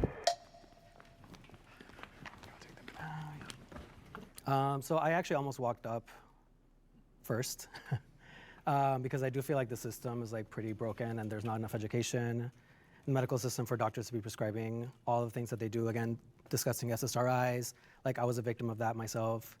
And so, you know, I empathize for those stories. I understand that that does happen. I'm not negating that.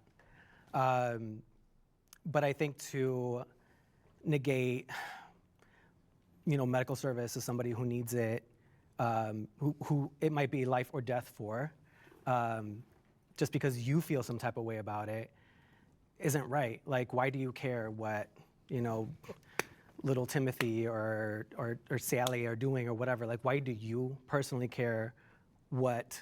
Well, Timothy and Well, they're Sally children, are 8 and 12, so. Okay. Sorry, They are children. But we're not talking about children 7 or 12, and this doesn't happen often. Has it happened? Yeah, it has, because that's the thing. It's a big world. Like, things happen all the time. Things we can't even imagine happen. It just is a reality.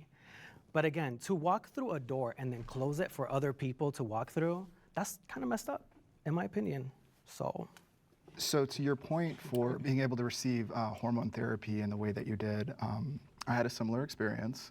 I was able to walk in and get access to hormones. And that system was set up through advocacy because of what a lot of community folks are actually facing when it comes to access to hormones, access to medical care, access to all of these things. So a lot of these nonprofits actually got rid of a lot of the red tape, because for some individuals like myself who was actually homeless during my transition process, I would have never been able to afford access or get through all of this process. Now, can I admit that there is some medical malpractice? Yes, I myself had issues obtaining testosterone consistently. You know, for some reason, you know, the script doesn't match up, or you got to get in contact with a doctor. And it was part of the reason why I chose actually to go off testosterone, because I didn't like the idea of not having constant access, because I was worried about the damage that it could cause to my body, and also because I wanted to keep intact my reproductive rights. From what I have seen when it comes to these detransitioners, from my understanding in terms of the statistics, trans people are 8% of the population, and then the detransitioners are somewhere from 1% to 8% as well. So all of these laws that are coming in is to affect the entire community as a broad, while the percentages that we're affecting people is so small. While simultaneously, if we looked at things like in the past, like HIV with things like AZT drugs that were harming folks, those folks went through all of those processes and learned the research of what it was to properly take care of HIV through that unfortunate, horrible, horrific process. I mean, it was basically chemo. Yeah, I mean, AZT was killing people and they had no clue what we're doing. Now, unfortunately, because trans people have not got access to medical transition as long, and especially in the transmasculine community, there's a lot of research that has not been done. So to a degree, yes, we are guinea pigs in the shot in the dark. But just like in the 80s when AZT was being discovered, or 90s when it's being discovered, those folks had to go through that process. And I was given informed consent and understood that when I signed that. We just don't know, because the studies aren't there, like you said, right? So the problem is when you talk about like the detransition rate, what generally happens is there's no follow-up. The longest study that's been done is 5 years out. The average detransition happens between 4 and 10 years. So we're not capturing all of that. Plus, if you haven't had your primary sex organs removed, you literally just stop taking hormones, and then you never go see your doctor again. And so they never follow up, and you just fall off the rolls. So the stats on detransition is completely false. So I want to say something. First of all, I want to empathize with everyone here when it comes to the healthcare system, because it's not always for us. I don't think that doctors are manipulating trans care. I think they're still learning about trans care. And to your point, there is not a lot of research because the research is still new and fresh. You know, detransitioning is a thing, but truth be told, detransitioning is actually rare when it comes to not just wanting to be trans anymore. Now, the underlying factors within that is healthcare conditions, which I actually heard a trans man who is famous talk about, you know very well. I agree with what y'all were saying because these issues are very, very real, but also I think it's really because doctors are still learning about our experience. So I just have to say some things that were brought up about detransitioners, which I found just a little bit ironic, right? Because for a community that is 1% or less of the general population, we can never seem to find it within ourselves to find empathy for it, even if it is the 1% of our community, which is detransitioners, and for the horrific medical malpractice, abuse, mental and spiritual turmoil they go through. It's like, so we want the rest of the world to say this 1% matters, but our 1% doesn't matter. That's the first thing. The second thing is, it's not as if they detransition because of, just like you said, the loosening of all the restrictions to get on these drugs. It's like, that's not a good thing. Gatekeeping is a good thing. Like making sure the right people are getting on these drugs so there aren't regret cases, there aren't botched cases. That's what we have to go towards, because right now we're going down the slippery slope of anyone can get on it. Every single person here, I'm pretty sure, just stated that they went in and walked out in an hour or less to get their hormones. And that's a huge problem, especially a child. Because of things that have happened to me, I can see a future where transitioning for adults is banned. Like, I can, because of everything that's going on with kids. Yeah, I think most that's of us a are strong against position. a ban on stuff like that. Obviously, Yeah, we're all sitting obviously, here for a reason. but I think I had the common ground though, because everybody here kind of also admitted that we don't have the research. And so when we don't have the research, and I'll tell you, I think that adults can do what they want, but I think we don't push forward with transitioning children until we have the research. We do the research. And this is actually what GenSpec pushes as well. GenSpec organization, they push to get more research on it. So we absolutely know what this does. Because even the WPATH guidance, the latest guidance from WPATH, everything that it says even about puberty blockers, it cites a study, and then it says we don't know. To your point about gaining research, how do you expect the medical community to gain access to research if we're just preventing these folks to actually go through any of the processes to learn the scientific method of what is happening? Just like with AZT drugs, where we learned that that was actually harming us, and now we have things like Biktarvy. Yeah, so it's the same way as we have with any research. You have a very select, very heavy gatekeeping crew that you're allowed to, create these studies around. And you need a good checklist to be like, these people show all the actual signs of gender dysphoria. They are having like very strong distress, and in every state that's passed bans on access for minors also has provisions, except for in the most extreme cases, to conduct studies on. Gender affirming transition is suicide prevention. Gender affirming transition is suicide prevention. This is the last prompt, guys. Provisions, except for in the most extreme cases, to conduct studies on. Gender affirming transition is suicide prevention. That's a strong claim. I mean, obviously, it's a known thing that trans youth are at greater risk of suicide and just suicidal ideations, which are horrible and will plague you and ruin your life and make it awful. And so I know there are a lot of kids in a lot of pain, and growing up as a trans kid, I was in so much pain, and I feel like I could have been spared of a lot of that and gotten to enjoy my life a lot more if I had earlier access to gender-affirming care. And even the gender-affirming care that I did receive later in my life, and I went on hormones when I was 16 and I got top surgery at 17, that completely changed my life in the most dramatic way. And so, yeah, I think it is life-saving care, and I think a lot of trans people would agree. I agree as well, too. I think gender dysphoria is a real thing, and we all deal with gender dysphoria differently. I know for myself or whatnot, there were times I wanted to end it all. And for me, I went to desperate measures to align my body with how I feel on the inside. And for some of us, especially living in the South, we don't always have access to hormone care. So some of us have to go to the black market. We have to do things to our body to be able to align align us to where we are not willing to commit suicide. I don't think that's the only way. I think there are other ways as well too, but honestly, sometimes people just want somebody that cares, that wants to listen as part of the regimen to being able to prevent suicide. I've chosen to not medically transition in my bottom half, let's put it that way. But, and this is the first time I'm actually saying this out loud, but I am having facial feminization surgery. And I've had it. that was an incredibly, ridiculously difficult journey, even as an adult who has a really good job and access to really great health care.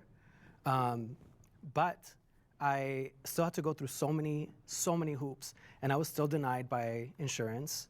And in my own personal life, I've also struggled quite a bit with mental health, and you know, a lot of that really relates to the certain parts of my body. Like, I always hated my body when I was younger, and I didn't understand why. And you know, and I was always dressing, you know, as like a cis male, and I just had all this stuff just didn't fit. It just didn't feel right, and it was just like this darkness in my life. Like, I just wanted it, you know, gone. And I just learned to live with it. But then eventually, like, you know, after figuring out who I am and all of that, like, now I know, like, this is life-saving care. Like, this for me is life-saving care. Like, who knows where I could be in a few years had I not known who I am and had access to care. How y'all doing? I think too often we hear, you know, that if we don't affirm our child's, you know, gender identity that's different than their sex, then they're going to commit suicide. We hear this all the time, especially from the detransition community whose parents were told this and it was manipulative. We hear politicians say this all the time when they're trying to, you know, stop bills or pass bills. The problem with that is that's the same line that abusers use. So when you're in a relationship, if you're going to leave somebody and they say, if you leave me, I'll kill myself, then that is an abusive situation. And it's not, you know, so that's the premise we start with. Transition, I mean, we're all here, we know. Transition is not an easy process. It takes a heavy mental toll. And so I really think that you have, if you're already suicidal, you have to get that in check. You have to be in a healthy place before you can even think about going through the medicalization of transitioning. You can socially transition. I think that's absolutely fine. But I think that, you know, before you even think about medically transitioning, then I think you have to have your head right before that. And hormones will make you feel kind of crazy anyways. So I think that that's why, it's not. Crazy. See, when it comes to gender affirming care, I appreciate everything that gender affirming care has done for me. And I thank God every day that this was the right decision for me, because I have friends like Richie who it wasn't the right decision for, and now he's missing genitals. So, you know, when it comes to it being life-saving, the reason I didn't step forward, you know, even as somebody who might agree with that prompt, is because correlation is not causation. What do you mean by that? Just because something is related to another thing does not mean it directly causes it. Okay. There's a little thing called a self-fulfilling prophecy, right? And sometimes when we create a narrative, it can kind of take on a life of its own. So I know there's a lot of talk about suicide statistics in the trans community. And interestingly, almost all of those statistics come out of LGBT activist organizations who have an incentive to put those numbers out to portray this image that we are suffering greatly, we're under attack, and then all of those suicide rates are due to societal mistreatment. And when these kids are being told, like you said, when they're going into these doctors, the doctors are telling their parents essentially emotional blackmail. They're saying, trans your kid or your kid's gonna die. And they say it in front of the child. And they set up this false dichotomy as if those are the only two options moving forward. And here to tell any child feeling any type of way, those are not your only two options. In fact, there is a vast array of options in between and around suicide and transition. The fact that they really say that is it just proves that there's some corruption going on within the medical communities. I don't believe all doctors say that, but I believe that there are particular doctors that would say that. And it's just not true, right? Now, in the trans community, it is true that the suicide rate is higher, right? You know what I'm saying? But like Blair said, it's a false dichotomy sitting there saying that it's either your child's gotta transition or your child's gonna die. You know what I'm saying? Cause that's just two extremes. Therapists and doctors aren't even legally allowed to say, no, you're not trans, you're actually experiencing A, B, or C. And that's the case with detrans people as well. They have this huge host of issues: depression, body dysmorphia, anorexia, eating disorders, maybe sexual abuse in their past. People don't know that a long observed symptom of sexual abuse is wanting to be the other gender to cope with it. So this has been in textbooks forever. So I just think, I'll wrap it up really quickly. I just think it's a false dichotomy that it's either death or transition. But with that said, I agree with you. I appreciate everything that transition's done for me, but it's too much of a roll of the dice, and I think it's unhealthy telling people, do it or you're gonna die. Especially kids. Child. So for the LGBT. Oh yeah, that's exactly what she was about to say before, and she said especially for child. It's for children. And I think it's unhealthy telling people, do it or you're gonna die. Especially a child. So for the LGBTQ organizations, we also have to remember that they are relying on reputable resources. And a lot of those reputable resources are the medical research that has been put out there. So all they can do is take that information and be able to disseminate that into the community. And to be quite honest with you, hold on just a second. To be quite honest with you, and let's also be clear that these researchers are also collaborating with these organizations because they are the ones that have the most outreach to the community that they need to serve, which is the trans community, because oftentimes the reason why nonprofit grassroots organizations are created in the first place is because there was no place for us. And so it is really hard to get that research to be able to do that. We can agree to disagree, but the research has not been completely fulfilled yet because a lot of these people don't even know about our experience, and that is why it's important that we make it very clear what we need to do. Well, like, somebody like write down in the comments, like, what is this grassroots Blossom keeps talking about? Is that like a name of a nonprofit for trans people, or is that just her, you know, using a metaphor or something? I just don't know what she's talking about when she says grassroots. And that is why it's important that we make it very clear what we need to do. There's also, speaking of the numbers that come out of LGBT activist organizations, there was a little number that the life expectancy of a trans woman was 35. That was rescinded a couple years ago after like over a decade of that being like just factually, you know, shared. And I always thought that my life was statistically going to end at 35. So, but those numbers were based on, by those organizations, prostitute deaths. So it's not always the most reputable numbers they're getting, you know what I mean? And these activist organizations are political too. We get caught up in calling them activists and we think it's this emotional, spiritual thing, but they are political organizations. Yeah, so I am an activist, and so a lot of what you're talking about really was focused more on Black trans women, because Black trans women do not live past the age of 35, because oftentimes it is our group within the trans community that is often murdered, we're often harassed, we're often discriminated against, and so a lot more of that focus has had to be around Black, brown, indigenous folks, because oftentimes the research goes missing for us. They sourced it from prostitutes, though. That was the source of the But see, the thing is, though, even when we talk about prostitutes, trans women have to sometimes participate in sex work to survive. But they base it off cis prostitutes. Sorry, I'm done. It was just, it was false numbers. So from what I understand is, a lot of that focus has always been around Black trans women, because we do not get to see the age of 35. You are in a place, when I say privilege, you're in a place of privilege where you do not have to worry about the harassment and the discrimination that I face. I face as a Black person.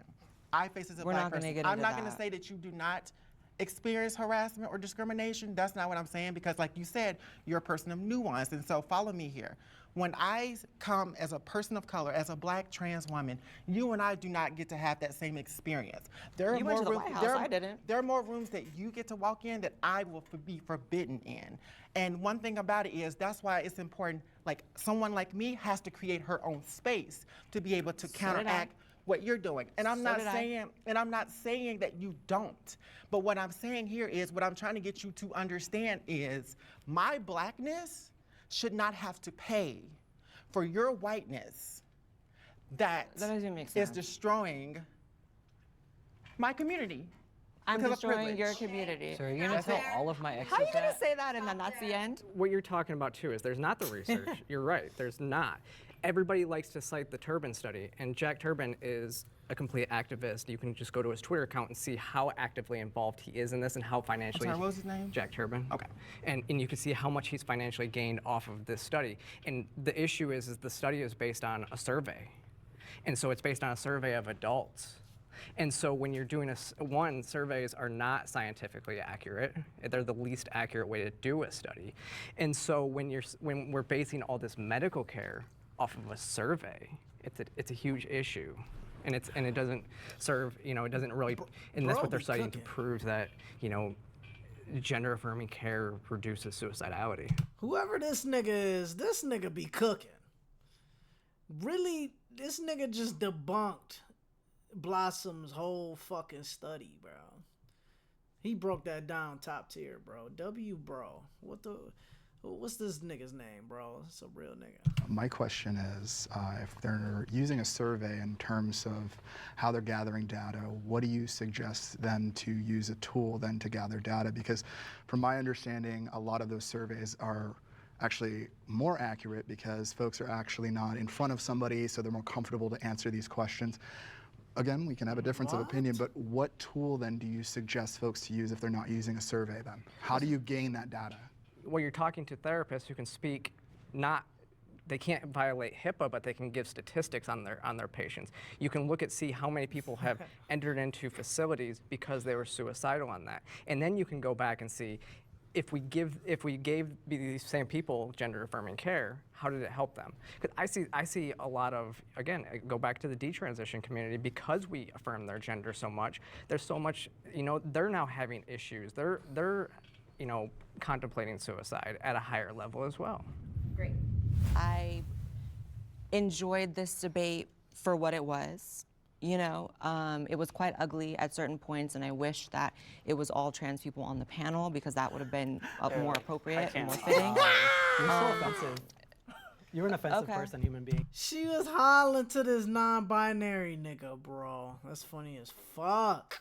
Yeah. Okay. Just so Well, you know. I find a lot of things over here offensive as well. Oh, wow. Yeah, you're disgusting. And I have to, trust me, the feeling is more than mutual. But I will say that it was very enlightening, and I hope to be back at Jubilee soon. I definitely think this was interesting. Obviously, I don't think we have a lot of common ground on a lot of things, but I think we found some. I think what most conservatives in general believe is, as an adult, you can do what you want with your body. I talk to conservatives all the time. We don't allow children to make decisions for themselves on a wide range of issues, and that's why we don't let them, mutilate their bodies. I mean, it was educational, enlightening. I got to learn a lot, and it's nice meeting all of you. I liked hearing the different perspectives, and I feel like even though I'm definitely in my beliefs, I understand where things come from, I just do not agree saying that everybody on this panel is not trans. I think it's bullshit, and I think you're trans and you're a part of my community. Thank you. Yep. I really appreciate it. Yep. I, despite all of the madness, enjoyed conversation with all of y'all. I love debates. We don't have to agree with each other, but these conversations need to continue happening because they're not happening anywhere else. And so until we're all creating more platforms around this for ourselves so other people can understand, then, let's keep at it. Listen, Blossom says she loves debates, but she sucks at debates. Let's just say that. She got cooked so many times by Blair and that other nigga, bro. I forgot. I don't know that other person's name. I mean, honestly, regardless of my interaction with Blair here today, we are all, for the most part, I think, mostly in an echo chamber in our own lives. So it's nice, actually, to be in front of all these people, especially the ones who don't see the things the way I do, because it also opens my eyes to see, maybe I could rethink X, Y, Z, or maybe there's something I learned today. I'm not closed off to learning something new or to changing my mind, because I've done that before and I can do that again, and I will evolve as a human being. All I have to say to the general public is start thinking of reasons why you supported doing this to kids. And to that point, Come on, conclusion. It's just, I'm hoping that folks will be able to understand why the activism is there and what it is, because generally... Wait, I know this nigga, bro. Is this that same nigga that was hollering to Ben Shapiro in that Jubilee video? Bro, I know that nigga now, I think that's him. I don't know, though. There may be mistakes made in that light, but at the end of the day, we are, as trans people, trying to gain access to society in a healthy, safe way, and also see a future for ourselves, which is something that I never had access to with the way that I grew up in a lot of that ideology of not being allowed to do things when I was 18, even though I knew exactly who it was. Bro, I know that nigga, bro. That's him, bro. That nigga's horrible at debating, bro. Horrible. Now I just know who the fuck that nigga is. That nigga's horrible, bro. That's why I realized I'm like, this nigga is trash at debating, man. This nigga is horrible. Now Blair, the girl in the blonde hair, they was cooking heavy. You know what I'm saying? And then the nigga in the red shirt, they was all cooking. They don't want to have puberty blockers, you know, given the children. I support that. I think that niggas gotta wait till they about 25 to start fucking around with that shit. That's when the prefrontal cortex is fully developed, and that's the part of your brain that makes you know, helps with decision making. So I still take that's still like a liberal position. Like niggas probably like Andrew Wilson and shit like that will probably fucking ban that whole fucking, you know, puberty blocker shit, like just in general. Like, so I still take like a liberal position. So yeah, besides that, man, Blair, them other two people, man. Blossom got cooked. She's horrible at debating. Yeah, guys, that's the end of the video, man. Yo, Razor, man, do you wanna say anything before I end this video?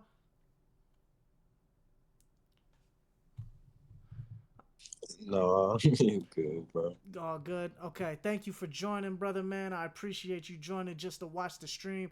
I always love, even when like people don't come in and just talk about, just don't talk or anything. Just come in, watch the stream, just vibe. You know what I'm saying? So I appreciate it. To everybody else that joined up, thank y'all so much, man. I appreciate y'all. Like, comment on the video, man, and I'm gonna catch y'all next time, man. Peace out.